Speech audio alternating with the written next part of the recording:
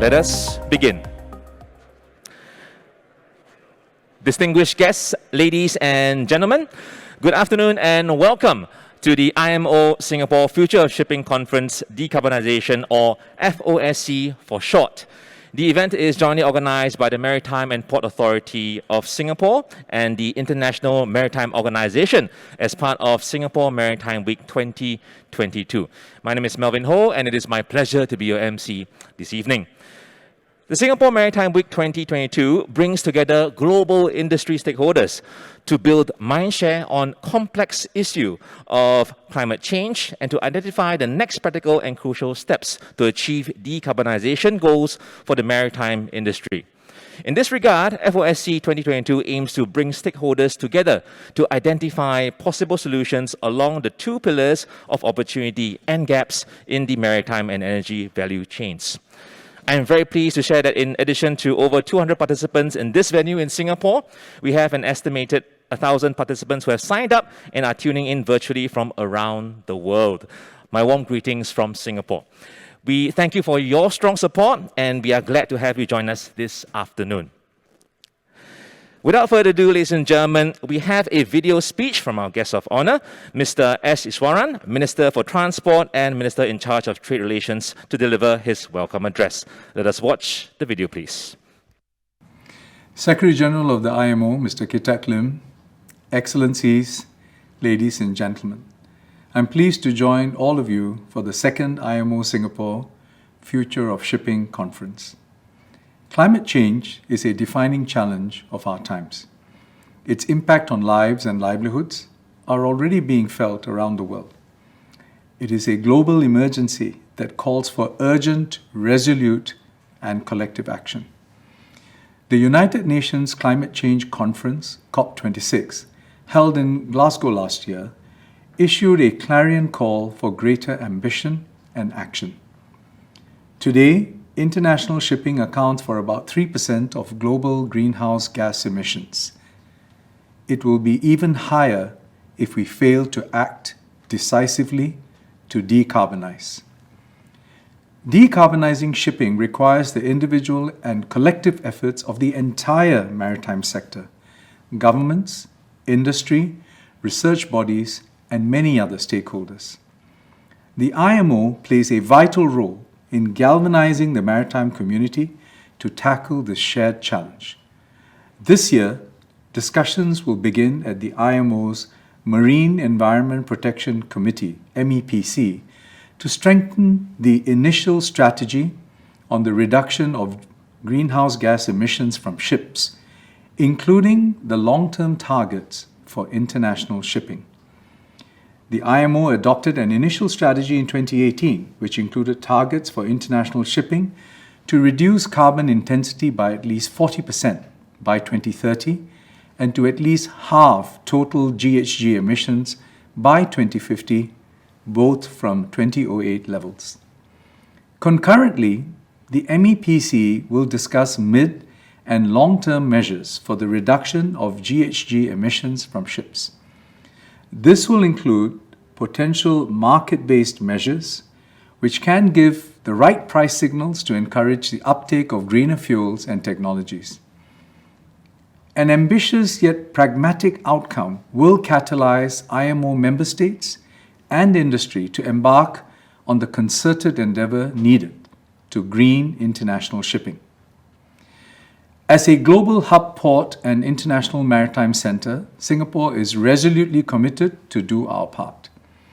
Last month, I launched the Maritime Singapore Decarbonization Blueprint, working towards 2050, which was put together after extensive consultations with industry stakeholders. The blueprint articulates Maritime Singapore's commitments under the United Nations 2030 Agenda for Sustainable Development, the Paris Agreement, and the IMO's initial strategy. On the international front, Singapore will actively contribute to advancing strong and inclusive international shipping climate action. We will do our best to be a standard setter, bridge builder, and advocate for inclusivity.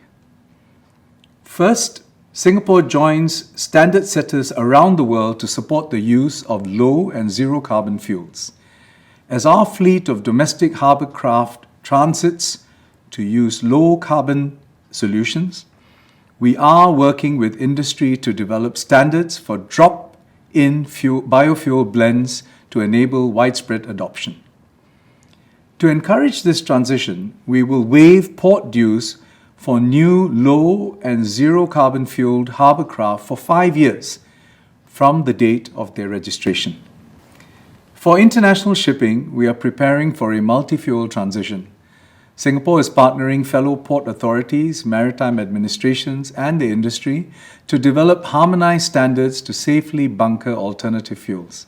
For example, Singapore co-founded the Future Fuels Port Network together with Port of Rotterdam Authority and the Ministry of Land, Infrastructure, Transport and Tourism of Japan. We are also a member of the multi-stakeholder Zero Emission Shipping Mission. Last year, Singapore launched the Global Centre for Maritime Decarbonization, GCMD, with 6 industry partners. The centre is developing, trialling and shaping the standards needed to deploy low and zero carbon fuels and solutions. Setting standards has enabled us to move quickly to trial and deploy alternative fuels. For LNG, with standards and infrastructure in place, we conducted 24 ship-to-ship LNG bunkering operations last year. With our second LNG bunker tanker set to be delivered by the end of the year, we will be able to handle up to 200 ship-to-ship bunkering operations per year. About 16,000 metric tons of biofuel blends have been supplied in Singapore to 10 vessels thus far under various trials. The domestic biofuel standards we are developing could also complement those for international shipping. For ammonia, GCMD recently awarded a study to define safety guidelines and operational envelopes for ammonia bunkering to a consortium led by DNV. In addition, Singapore is involved in various joint industry projects to trial ammonia-fueled vessels in the coming years. We also offer port dues concessions to vessels using greener fuels and technologies that call at our port via the Green Port Programme. And we will extend port dues concessions beyond vessels using LNG to include vessels using low and zero carbon fuels. Vessels that exceed the IMO's Energy Efficiency Design Index Phase 3 requirements by 10% or more will also enjoy concessions. As a reputable quality flag, the Singapore Registry of Ships, SRS, is committed to reducing emissions. Last year, we launched the SRS Green Notation to recognize Singapore-registered ships that exceed the IMO's EEDI Phase 3 requirements by 10% or more, as well as ships adopting engines that use low and zero carbon fuels. We will align our Green Ship program to offer such ships rebate on their registration fee and annual tonnage tax. We will continue to offer technical guidance and support to industry partners and ship owners to adopt green fuels and technologies. These efforts will support the IMO's efforts to develop robust life cycle emissions guidelines for alternative fuels and prepare an implementation program to guide member states as they execute the initial strategy. Second, Singapore aims to play a bridge-building role to forge consensus on maritime decarbonization. Singapore actively shares expertise in discussions and research at the IMO on GHG matters and participates constructively in the deliberations of the MEPC and the Intersessional Working Group on GHG on mid- and long-term measures. To encourage decarbonization efforts in the short term, we co-sponsored the industry's proposal at the MEPC to establish an international maritime research and development board financed through mandatory contributions of $2 per ton of marine fuel consumed. This would create urgently needed funds to make low and zero carbon solutions commercially viable while supporting capacity building for developing countries' climate action. Singapore supports global MBMs that incentivize the transition to greener shipping while addressing the disproportionate impact on states, especially developing countries. In particular, Singapore supports a global carbon levy on international shipping. This will provide international shipping companies with greater certainty as well as clear price signals. Most importantly, a unified global scheme will remove the regulatory costs and complexity of unilateral regulations imposed by countries or regions. Nevertheless, Singapore remains open to exploring alternative proposals and will continue to engage constructively at the IMO and facilitate exchanges such as co-organizing the Future of Shipping conferences. Today's conference will advance discussions on catalyzing funds for the development and uptake of low or zero carbon solutions. Today's conversations take on an added salience as Singapore hopes to outline the key learning points from this conference for discussion at the upcoming IMO Council meeting in July 2022 to further catalyze action in reducing emissions from international shipping. Green financing is crucial to maritime decarbonization. As Singapore develops its capabilities in green financing, we will also support first-mover companies that are keen to do more, such as carbon accounting and exploring carbon credit exchanges.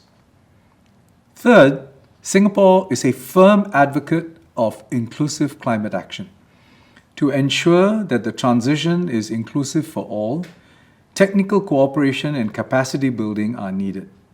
To support the implementation of the initial strategy in an inclusive manner, Singapore pledged $100,000 last year to the IMO-GHD Technical Cooperation Trust Fund. Last year, the IMO and Singapore launched the Next-Gen virtual ecosystem, where GEN stands for Green and Efficient Navigation. Next-Gen aims to catalyze the sharing of ideas and stakeholder collaboration for inclusive maritime decarbonization. After a year, Next-Gen now has over 200 project contributions in the pipeline from over 500 partners. Having built the strong base of data, stakeholders, and shared ideas, it is time to identify and implement tangible solutions. I am therefore pleased to announce the launch of the Next-Gen Connect initiative, which invites different stakeholders to propose solutions for inclusive maritime decarbonization. This call for proposals will be open to the industry, academia, and global research centers. We hope to see proposals to trial action plans to reduce GHG emissions along specific routes in the Asia-Pacific region in an equitable and inclusive manner. Successful proposals, once proven in trials, could then be implemented on a wider scale along other routes. Today's conference will also see the launch of the IMO Coordinated Actions to Reduce Emissions from Shipping, or IMO CARES. This initiative brings stakeholders together to accelerate the demonstration, deployment, and uptake of green technologies in developing regions with the support of interested local industry partners. Secretary General Kitak will elaborate more on this. The maritime industry is in essence a global enterprise. This is reflected in the many challenges we must address together and the many international collaborations we have embarked on. I add my voice to the call for the maritime community to sustain this spirit of cooperation in tackling the global challenge of climate change as we chart the future of shipping.